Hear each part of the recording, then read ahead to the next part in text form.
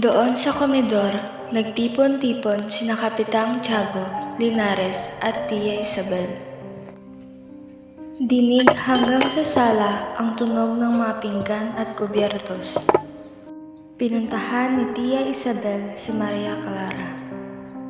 Maria Clara, handa nang makakain. Hindi ka makakain? Tia, hindi pa po ako nagugutom. Kung gayon kami na lang ng iyong amang kakain.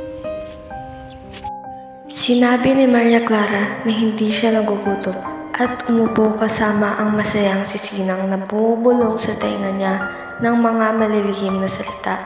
Samantalang si Padre Salvi ay pabalik-balik sa magkabilang dulo ng sala na hindi mapalagay.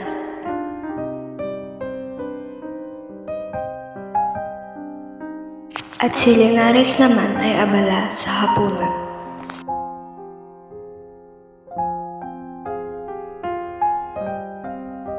Tignan mo, kung hindi lalaki rito hanggang ikwalo ang panakot upong iyan.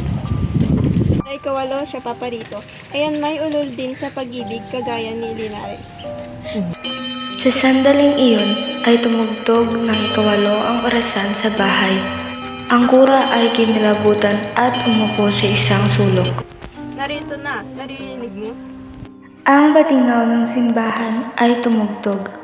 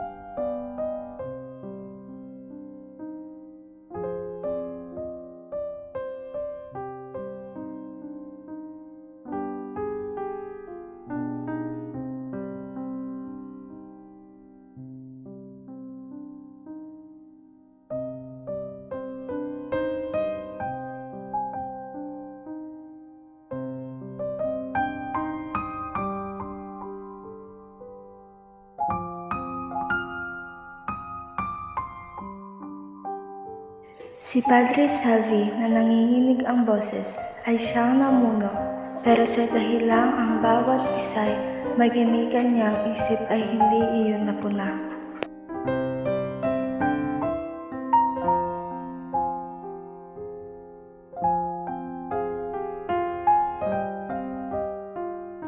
Babahagyang natatapos ang dasal nang dumating si Ibarra. Nakita siya ni Maria Clara ay agad napatayo at astang sasalubungin siya para itanong kung anong nangyari. Napatigil si Ibarra at narinig ang ugong ng maraming putok ng baril.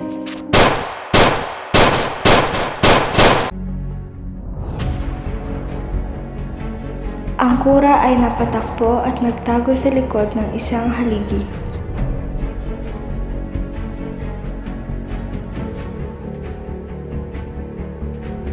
Si Kapitang Tiago, si Tia Isabel at si Linares ay patakbong pumasok at sumisigaw.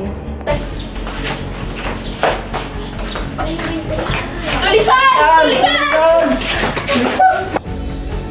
Sinundan din sila ni Andeng. Samantalang, si Maria Clara at si Sinang naman ay naiwan na magkayakap. Napaluhod naman si Tia Isabel, umiiyak at nagdarasal ng Kyrie eleison. Patuloy ang sigawan at mga kalabugan, ang mga bintana, ang mga pasko, at paminsan-minsan ay may ilang putok ng baril.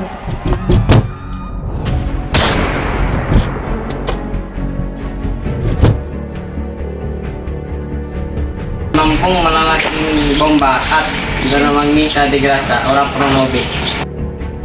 Unti-unting nanunumbalik ang isang kakilakilabot na katahimikan.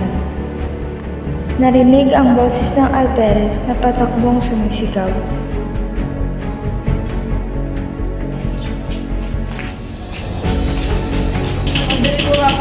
Albert, punta kayo rito. Kaawaan, ang Alperes ay humihingi ng confession. May sugat ng Alperes. Pagdilikura, marinig kayo. Wala nang dapat itatalo. Agad na pinapasok ni Tia Isabel si Maria Clara at si Sinang sa kanilang kwarto.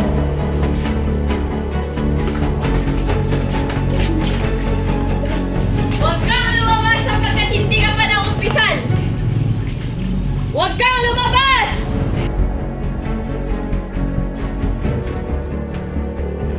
Sa kalapit ng kwartel ay nakakita ng mga sundalong may mga bayoneta ang baril at mga nagtatalo kahit hindi siya napansin ng nagdaan.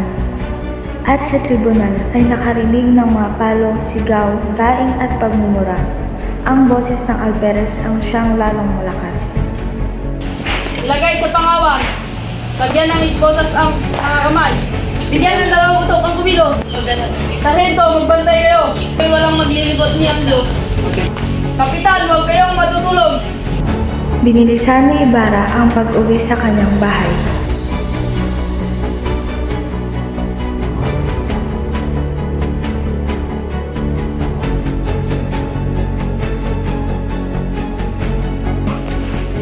Lagyan ninyo na siya ng pinakamainam na kabayo at magsitulog na kayo.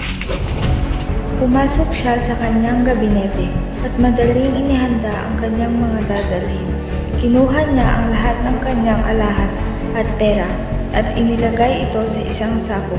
Kinuha niya din ang nakasabit na larawan ni Maria Clara. Nang mga sandaling iyon ay 3 malalakas na katok ang kanyang narinig sa likod. Sino yan? Bukas kayo ng pinto, sa ngalan ng hari.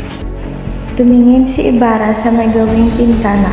Kumislap ang kanyang mga mata at ikinasa ang kanyang baril. Pero nagbago siya ng isip. Bakit? Bilis, kung ayaw yung magkibay namin ang pinto. Magpakulong ka sa ngalan ng hari. Bakit? Gawin nyo na malalaman. Bawal namin sabihin. Susunod ako, bigyan nyo lang ako ng ilang sandali lang. Kung ipapangako mong hindi ka tatakas, hindi ka namin tatalik. Nagtulob sa'yo ng Alperes ang biyayang ito, pero kung tatakas ka, Sumunod si Ibarra, naiwang takot na takot ang kanyang mga katulong. Samantala, ano nga ba ang nangyayari kay Elias? Nang umalis siya sa bahay ni Crisostomo, ay mistulan siyang naging isang baliw. Lumalayo siya sa kabayanan, lumalayo siya sa liwanag. Ang akala niya sinusundan siya ng anino ng kanyang mga ninuno. At iniwan ni Elias ang kabundukan. Sa dalampasigan, nilibot niya na dala ang alalahanin, pero sa malayo, sa gitna ng tubig, sa dakong ang liwanag ng buwan na parang natatakpan ng ulap, ay nakita niyang lumabas at umiindayog ang isang anino. Ang anino ng kanyang kapatid na babae, na ang dibdib ay nagdadanak sa dugo, ang buhok ay nakalugay at nililipad ng hangin. Napaluhod si Elias sa buhanginan. Pero dahan-dahan din siyang tumayo at ang kanyang mga mata ay nakatutok sa ulap. Lumakad at tumusong siya sa tubig at akala mo ay may sinusundan. Ang tubig ay hanggang baywang na niya. Ngunit bumalik siya sa pampang at pumunta sa bayan. Kung bakit, parang walang katao-tao ang bayan. Siya ay patakbong pumunta sa bahay ni Crisostomo at matapos na malundag ang mga bakod at pader ay nakarating siya sa kabilang dulo ng bayan at tumuloy siya sa bahay ni Crisostomo. Umakyat siya sa bintana at pumasok sa laboratorio. Nakita ni Elias ang mga papel at ang mga libro. Natagpuan ang mga armas at ang mga sako na kinalalagyan ng pera at mga alahas ni Crisostomo. Nakita niya din ang larawan ni Maria Clara. Tumanaw siya sa bintana at sa tulong ng liwanag ng buwan ay nakitang dumarating ang 2 gwardyang sibil. Sa gayoy binuo niya ang isang plano. Ibinunton ang mga damit at ang mga papel at sinapinan.